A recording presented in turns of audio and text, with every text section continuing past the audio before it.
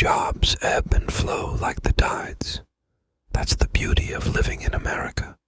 The freedom to switch paths when the professional seas get stormy. It's a luxury not everyone worldwide gets to savor.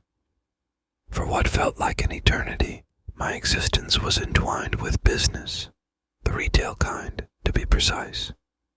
It wasn't my grand plan. I stumbled into it. A part-time gig as a cashier spiraled into the black hole of full-time retail management. And as anyone who's danced to the checkout counter's chaotic rhythm knows, breaking free from that retail spell is no easy feat.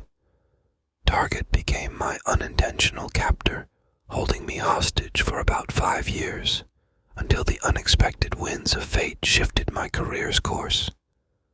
Enter her, a twist of fate so serendipitous it was almost cinematic. She strolled into the store, armed with the intention of returning a set of lingerie. Yet, our guest services sentry wasn't about to let it slide. No receipt, no payment method, no ID, a classic scam script. Predictably, she requested the manager, and I found myself mouthing a silent "damn" as I approached the front lines. She stood there, a bronzed deity, a mere 5'3" 3 inches with a physique straight out of a Playboy spread, adorned with luscious brunette locks and a rebellious lip ring. She possessed the air of the kind of woman who could break the internet with a strategically angled cleavage shot on Instagram.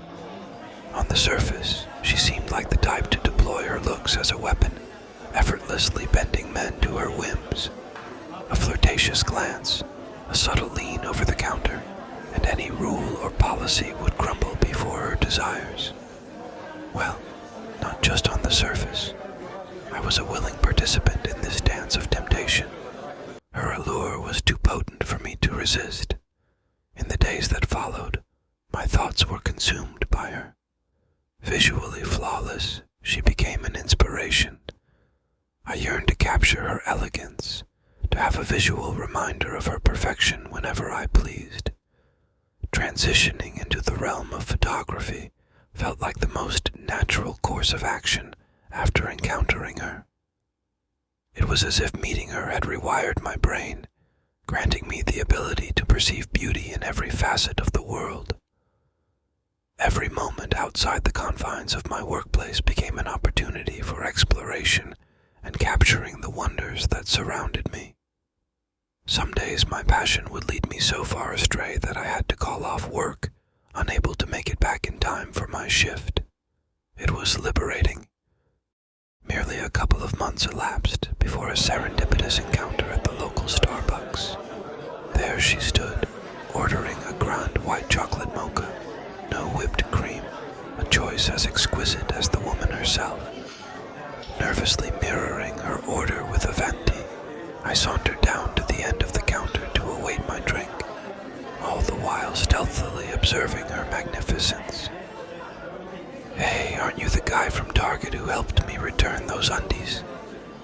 She addressed me, and I felt like I was on the verge of expiration. "Oh, yeah, I believe that was me."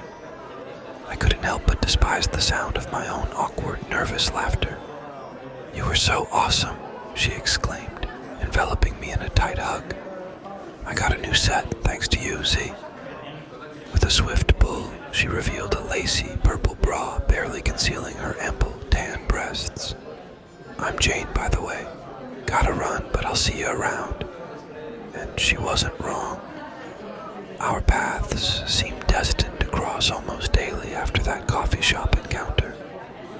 Even when our meetings weren't face-to-face, her presence found its way into my photographs during my post-adventure uploads. Every single day. I didn't mind.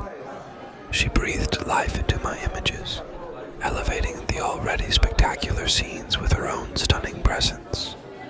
Whether she was aware of my lens capturing her or not remained uncertain.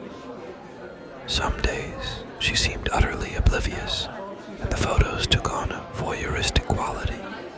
Perhaps she would be turned away, indulging in an ice cream cone, tying her Vans, or casually fixing her hair,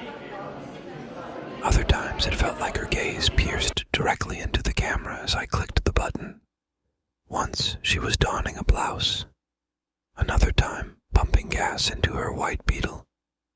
Then there was that one instance when she appeared nude in the forest, always facing me, always locking eyes with my soul.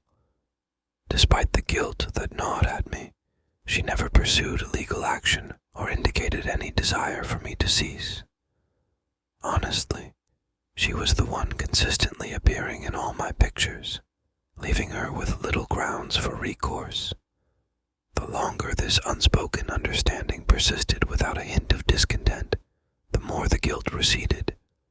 In my mind, it transformed into a game, a dance of two clandestine lovers flirting without ever crossing paths. I was convinced we were both active participants in this charade, but someone had to emerge victorious eventually. And then it happened. I found myself out late last night, attempting to capture the supermoon hovering over the train tracks, an absolutely mesmerizing scene. Pines flanked both sides of the tracks. The rock hills stood undisturbed, and the sky was impeccably clear, except for the colossal moon hanging above. I must confess I got a bit carried away, filling up the remaining space on my SD card in pursuit of the perfect shot. And there she was in the photos. It defied all logic. Jane couldn't have possibly been there. The area was completely devoid of life during my photographic endeavor. She stood in the middle of the tracks, entwined with a man,